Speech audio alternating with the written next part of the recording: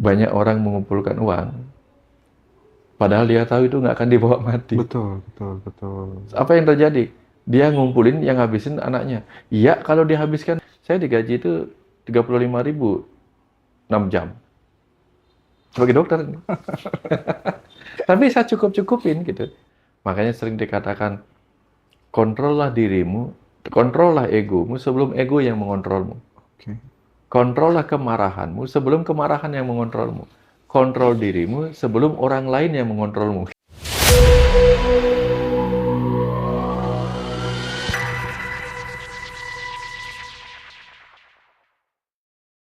Terus ini Pak Wayan, kan rata-rata orang ketika kemudian udah berhasil, udah sukses secara materi itu eh muncul kecemasan, muncul ketakutan, kekhawatiran dan lain sebagainya gitu ya Pak ya.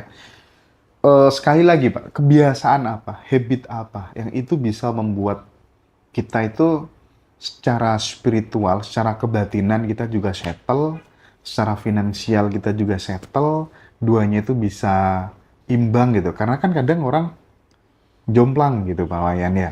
Ini kan butuh butuh butuh nasihat, wejangan supaya teman-teman yang muda-muda itu nggak terlalu kemrungsung akan duniawi gitu ya. Iya, iya. Tapi juga munafik juga kalau kemudian kita bisa hidup bahagia tanpa mengandalkan finansial, tanpa ada uang itu nggak mungkin lah ya.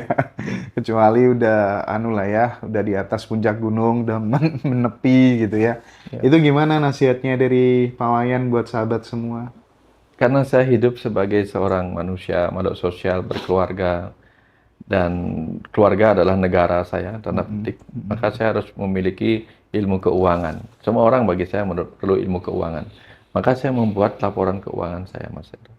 Memanage keuangan saya. Oke. Berapa saya boleh berikan untuk membantu orang, berapa saya siapkan untuk cadangan anak saya sekolah, untuk saya kemungkinan butuh ini, butuh itu, untuk apa seperti kita menghitung punya rumah misalnya kan ada nilai penurunannya. Mm-mm, Akan kita butuh biaya untuk renovasi, mm-mm, mm-mm. butuh kegiatan apa dana untuk upacara kalau dia besar atau upacara-upacara agama.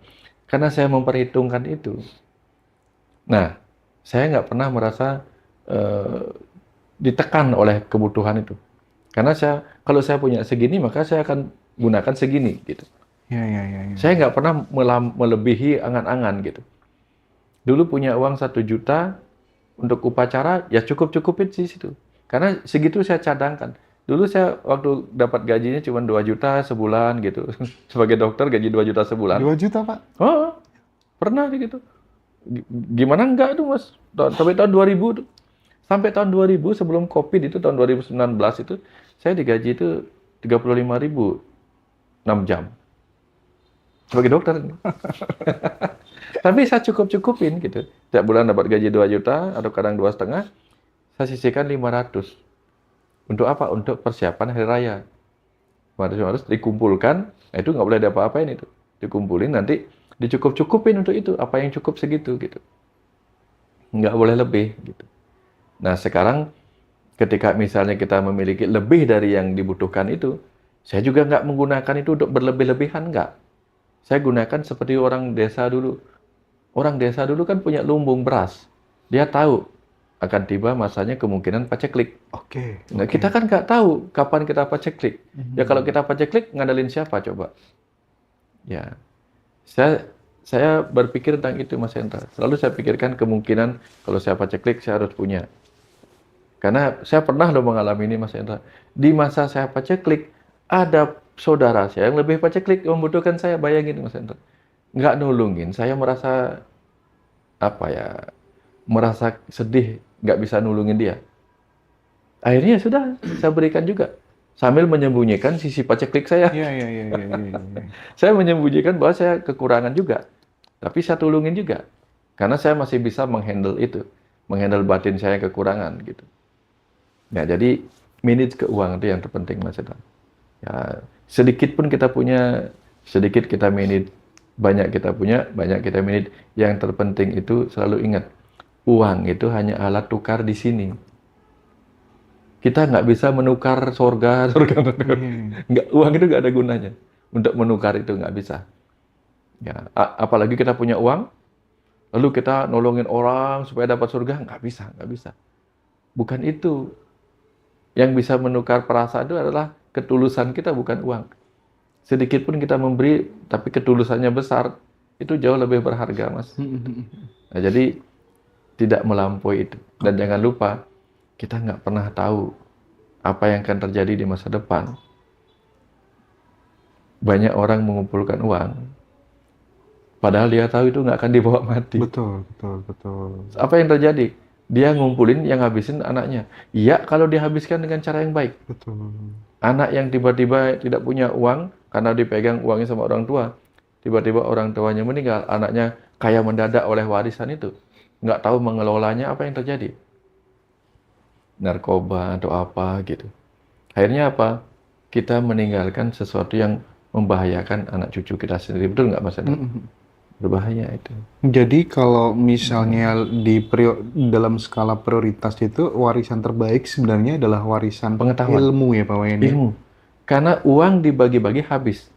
Ilmu dibagi-bagi bertambah banyak, Mas Hendra. Itu sudah terbukti itu.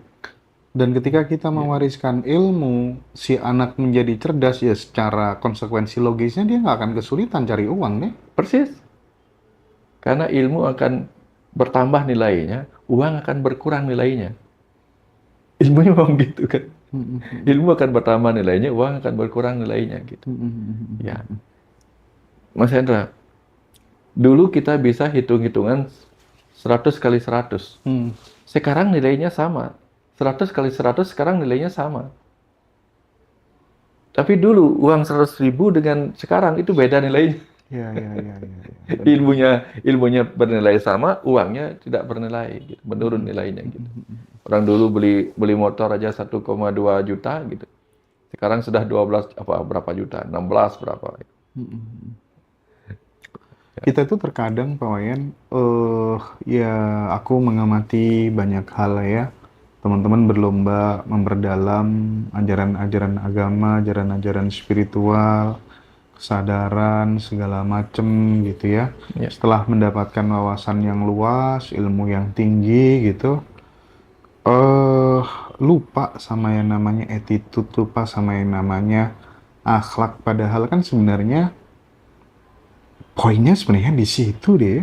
Karena lagi-lagi cerita tadi Mas, terjebak di materi ini, di tubuh ini. Kalau pikiran mana terjebak pada tubuh, yang ada ahangkara, keakuan di situ. Ini milikku, ini punyaku, dan sebagainya. Dia kehilangan budi, pekerti, dan cita-cita. Karena dia lebih banyak ke sini. Gitu.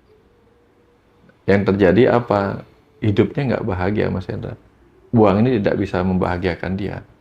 Karena ada banyak masalah tidak bisa diselesaikan dengan uang. Banyak sekali masalah tidak bisa diselesaikan dengan uang.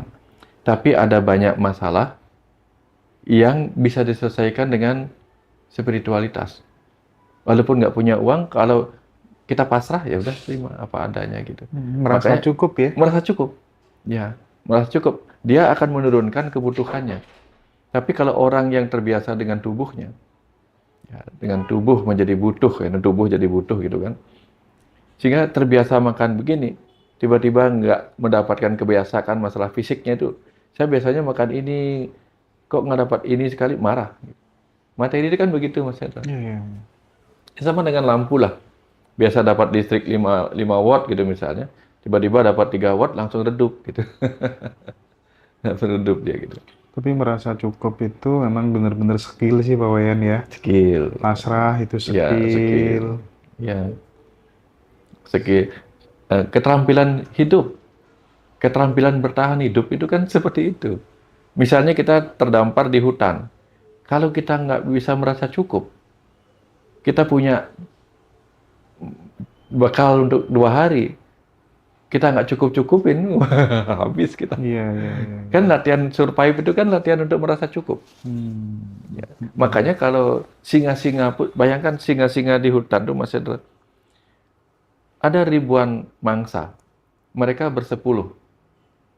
Kenapa mereka nangkap 10 mangsa, makan masing-masing satu singa, walaupun dari besar dan kecil, masing-masing dapat 1 ekor Iya. kijang misalnya. Kenapa enggak gitu? Tapi mereka nangkap 1 kijang untuk mereka bagi. Cadangannya banyak kan. Tapi mereka nggak rakus, nggak serakus itu. Kalau kita kan kebalik kita. Nah, kita malah kalah dengan sifat-sifat hewan di luar, di alam liar sana gitu. Karena kita nggak punya rasa cukup. Kalau dia cukup kok gitu. Kan besok saya perlu lagi gitu. Kalau sekarang saya ambil semua gitu, besok saya makan apa gitu. Nah, orang-orang dulu sudah tahu itu. Dia simpan dalam bentuk lumbung gitu. Kayak gitu Mas Hendra. Mm-mm. Ya. Pak, kita tahu bahwa kita kan sering ngobrol bahwa pikiran itu sebenarnya mencipta, tapi pikiran itu juga sangat berbahaya jika kemudian kita dikendalikan oleh pikiran. Kita nggak bisa mengendalikan pikiran, itu juga sangat membuat kita degradasi dalam banyak hal lah ya. Nah, saran dari Pak Wayan pada saat kemudian kita mulai dikendalikan sama pikiran, apa yang harus dilakukan gitu? Pikiran itu kan alat, Mas Hendra. Alat. Tapi alat itu bisa digerakkan oleh ego, reaksi ego. Bisa digerakkan oleh hati nurani. Bisa digerakkan oleh tubuh. Nah, pertanyaannya, ketika dia digerakkan oleh tubuh untuk makan misalnya, oke, enggak apa-apa. Kita dikendalikan oleh pikiran untuk membawa kita makan, mencari makan, oke, enggak apa-apa. Tapi begitu digerakkan oleh reaksi ego yang harus fight or flight gitu misalnya, nah ini yang berbahaya, Mas Hendra. Makanya sering dikatakan, kontrollah dirimu, kontrollah egomu sebelum ego yang mengontrolmu. Oke. Kontrollah kemarahanmu sebelum kemarahan yang mengontrolmu. Kontrol dirimu sebelum orang lain yang mengontrolmu. Jadi kita memang dilatih untuk bagaimana menjadi controller. Karena pikiran ini kan manajemen, Mas, manajer. Dia di bagian kepala, ya namanya perusahaan, di mana-mana perusahaan ada di kepala gitu. Ya kepala kantor. Karena dia kepala kantor, maka di sini ada manager dan direktur. Direct yang mengarahkan, yang mengatur gitu. Yang mengarahkan dan mengatur. Nah, tugas pikiran ini adalah mengarahkan, mengatur. Mengarahkan dan mengatur apa? Tubuh diarahkan dan diatur untuk apa aja. Jam berapa dia boleh makan, jam berapa boleh tidur, jam berapa boleh A, B, C, dan sebagainya. Dia juga mengarahkan egonya. Kapan kita sabar, kapan kita marah. Bukan berarti aku mau membunuh kemarahan. Nah, kalau kita menghilangkan kemarahan, gila kita. Udah jelas-jelas berbahaya, kita nggak marah. Oke. Jangan hilangkan semua. Semua yang diberikan Tuhan itu penting. Tugas kita memanagenya gitu. Mengaturnya gitu. Makna nyepi.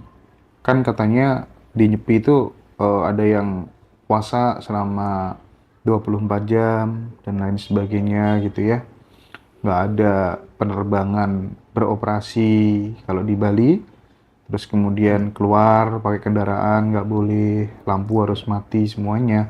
Sebenarnya esensi daripada nyepi itu secara substansial itu apa, Pak Wayan?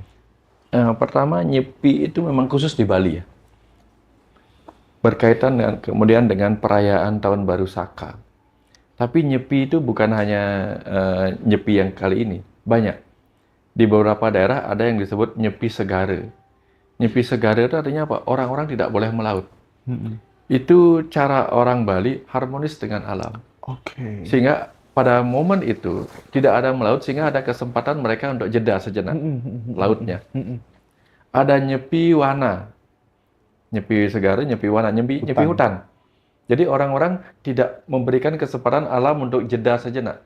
Tidak diganggu oleh aktivitas manusia yang cari burung, cari ini, cari itu gitu. Ada nyepi itu. Nah, Bali itu kemudian ada waktu menyepikan secara keseluruhan. Sehingga dengan untuk menyepikan secara keseluruhan, orang Bali amati geni namanya. Amati geni, tidak berapi-api. Kalau orang dulu berapi-api kan dia pakai kayu bakar. Kayu bakar keluar asap. Itu kan polusi. Dia menyepikan angkasa dari polusi. Iya. Kalau sekarang kendaraan bermotor, mobil, pesawat itu kan membawa polusi juga. Sehingga dihentikan supaya angkasa ini punya waktu untuk menyepi. Karena orang Bali percaya saudara empat itu. Saudara, 4 yang kemudian menjadi panca mahabhuta, 5 macam materi utama. Pertiwi benda padat, apah benda cair, teja, cahaya, akasa. Nah, pertiwi benda padat. Ketika kita tidak melakukan hal yang mengganggu keharmonisan benda padat seperti ke hutan yang memotong benda-benda padat, itu kan dapat kesempatan dia. Nyepi tidak melaut, dapat kesempatan air untuk tidak tercemari oleh manusia. Cahaya tidak tercemari oleh api yang kita bikin, sehingga kita benar-benar bisa menikmati cahaya alam itu sendiri. Malam-malam kalau di Bali itu kita ketemu nyepi yang gelap gulita itu, Mas Hendra, kita bisa melihat betapa kita ini sendirian di tengah miliaran bintang-bintang yang kita bisa lihat di angkasa, Mas Hendra. Untuk menyadari diri kita bukan siapa-siapa di alam semesta ini gitu. Nah, kemudian nyepi udara, nyepi bayu. Udara itu dengan tidak berapi-api, tidak keluar asap, tidak masak, tentu kemudian udara bebas dari polusi gitu. Nah, ditambah lagi, Mas, udara itu, suasana itu butuh keheningan. Sehingga dia membutuhkan ruang di mana kita tidak mengganggunya dengan suara-suara yang menghibur. Makanya setelah amati geni, tidak berapi-api, muncullah amati lelanguan, tidak menghibur diri. Amati lelungan, tidak bepergian. Karena begitu bepergian, jejak-jejak kita tuh merusak bumi. Diam aja di rumah gitu. Yang terakhir, amati karya, pekerjaan kita. Pekerjaan petani itu kan tidak memberi jeda juga kepada alam kan gitu. Jadi ini sebenarnya memberi jeda pada alam. Memberi jeda pada Nah, alam. ini bukan kepada manusianya yang utama, alamnya. Maka sebenarnya siapapun yang ada di Bali seharusnya mengikuti itu. Karena kita sedang menjeda, memberi kesempatan kepada Ibu Pertiwi dan langit dan Ayah Angkasa ini untuk apa? Untuk istirahat dari hiruk pikuk yang kita timbulkan. Ini bukan tentang agama, bukan. Tentang meliburkan ini gitu. Sama lah kayak gini. Rumah sakit atau klinik tutup. Apakah klinik terbuka untuk agama A, B, C? Enggak, kalau tutup ya tutup aja. Siapapun mau agama apa, suku apa, nggak akan boleh masuk ke klinik karena dia ditutup. Nyepi ini, Bali ini sebagai tanah, sebagai sebuah wilayah, sedang memberi kesempatan jeda kepada alam begitu. Ya, siapapun di situ harusnya begitu. Gitu. Andai kata secara kolektif nih, masyarakat Bali tidak melakukan itu gitu Pak. Ya. Ada nggak akibat-akibat yang alam marah lah, murka lah, ada nggak kayak gitu? Gini Mas Hendra, setiap hari ini kita sudah mengeluarkan, kita nggak tahu ya. Kita tahu kan energi, frekuensi, vibrasi, pikiran manusia, pekerjaan manusia, stres kita di jalan. Kita kan menyebarkan frekuensi pikiran kita yang penuh dengan stresor itu. Tapi alam semesta besar ini dengan mudah bisa menghilangkan efek kecil-kecil itu kalau dia diberi kesempatan sejenak, betul nggak? Contoh misalnya begini Mas Hendra. Kita mungkin kerja keras sebagai tubuh ini. Sebagai pikiran kita kerja keras. Tapi begitu kita dapat tidur nyenyak sebentar aja, fresh nggak kita? Iya. Seketika fresh. Kayak gitu Mas Hendra. Oke. Bisa paham. Paham ya? Jadi Bali sebagai tanah ini, sebagai badan ini, diberi fresh 1 hari aja. Dia bisa serasa menghapus kelelahannya setahun itu Mas Hendra. Apa tadi? Apati geni? Amati geni. Geni itu api. Geni ya. Kalau di Jawa tuh puasa pati geni. Pati geni namanya. Jadi hampir sama ya. Ya pati itu mati kalau di Bali. Pati itu mati. Pati geni ya. Nah menariknya Pak Wayan, ketika aku SD itu kan selalu liburan ke Bali kan ya. Ketika SD Pak SMP gitu mesti ke Bali lah. Terus kemudian belanja kan di pasar apa aku lupa gitu ya. Menjelang nyepi gitu, ayo beli ini buat nyepi kasihan. Jadi orang-orang di Bali itu dengan kondisi perekonomian yang mungkin menengah ke bawah, itu dia benar-benar menyisakan untuk upacara gitu. Ya. Kesadaran kolektifnya sampai segitu gitu ya Pak Wayan ya. Ya, karena di Bali itu upacara itu artinya acara untuk untuk mendekat. Mendekat dalam keterhubungan kita dengan alam, dengan sama manusia, dengan parahyangan gitu. Nah tadi itu kan saya cerita tentang nyepi di alam Bali. tapi ada nyepi di dalam diri. Oke. Amati geni artinya apa? Tidak membangkitkan api emosi kita. Tidak menyalakan api kemarahan. Itu esensinya. Esensi. Tidak amati lelanguan. Berhenti menghibur diri kita. Ketika kita membutuhkan hiburan, berarti kita sedang stres. Berhenti menghibur diri, berarti kita menerima semuanya apa adanya, sehingga kita nggak butuh hibur-hiburan lagi, apapun itu. Karena kita sudah menikmati semua ini apa adanya. Amati karya. Kita menghentikan tubuh, pikiran, dan jiwa kita bekerja. Artinya apa? Kita duduk heninglah. Jeda sejenak. Jeda semesta besar, jeda semesta kecil. Di dalam, gitu. Artinya nyepi itu sebenarnya tidak harus di 1 hari, tapi bisa 1000 hari, Oh, iya. bisa sepanjang waktu gitu Bisa. ya Pak Wayan ya. Nah, dan karena setiap saat kita sering jeda sendiri kan. Alam semesta kecil ini sering kita jedakan pada saat tidur, pada saat begini. Tapi alam semesta raya ini, Bali lah misalnya, jarang kita jedakan. Apalagi yang ini tidur jam 12, pekerja-pekerjanya, yang ke pasar sudah bangun. Seakan-akan nggak pernah tidur dia. Oke. Dengan nyepi dia dikasih tidurlah sejenak gitu. Kita belajar semua lah teman-teman dari Bali ya. Teman-teman yang di Jawa, yang dimanapun, pokoknya ajaran-ajaran leluhur memang harus benar-benar kita bangkitkan gitu ya, Pak Wayan ya. Tapi menariknya gini Pak Wayan, orang masyarakat di Bali itu kan udah menurutku kan lebih selaras dengan alam ketimbang di daerah-daerah yang lain gitu ya. Tapi kenapa akhir-akhir ini masyarakat Bali justru malah iri dan rindu dengan sosok seperti KDM, Kang Deddy Mulyadi? Bukannya Bali sudah seperti itu kerinduannya gimana maksudnya gitu? Ketika kita rindu pada sosok seperti itu, berarti kita pernah memiliki yang seperti itu. Oh, oke. Ya, kita pernah. Karena Bali dulu itu beda, Mas, dengan sekarang. Dulu itu lebih mudah menemukan suasana heningnya. Oke. Dalam arti nggak nyepi, nggak ini, gampang heningnya.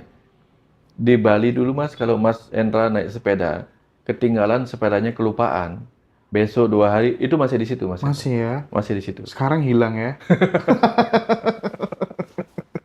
Nah, itu Kemajuan artinya, berarti, Pak. karena konsep karma itu sangat-sangat melekat dalam keseharian. Orang nggak berani berbuat apa-apa. Karena takut apa? Aku pun tidak suka kehilangan atau barangku diambil oleh orang yang ini gitu. Bahkan kalau barang kita dikenali oleh orang lain, dia anterin ke rumah kita. Dulu zaman saya kecil begitu. Ini kayaknya ketika ajaran karma ini dibangkitkan kembali, kayaknya itu cara paling efektif deh ya. Iya. Untuk kemudian meminimalisir koruptor di Republik ini selain hukuman mati gitu ya Pak ini. Oh, iya. Itu apa ya? Karena ikatannya itu luar biasa, Mas Endra. Betul. Koruptor-koruptor yang pejabat-pejabat itu bahkan sudah bersumpah di bawah kitab suci kan. Juga berani dia langgar. Gitu. Tapi saya nggak tahu. Saya nggak tahu bagaimana hidup seperti itu ya. Iya.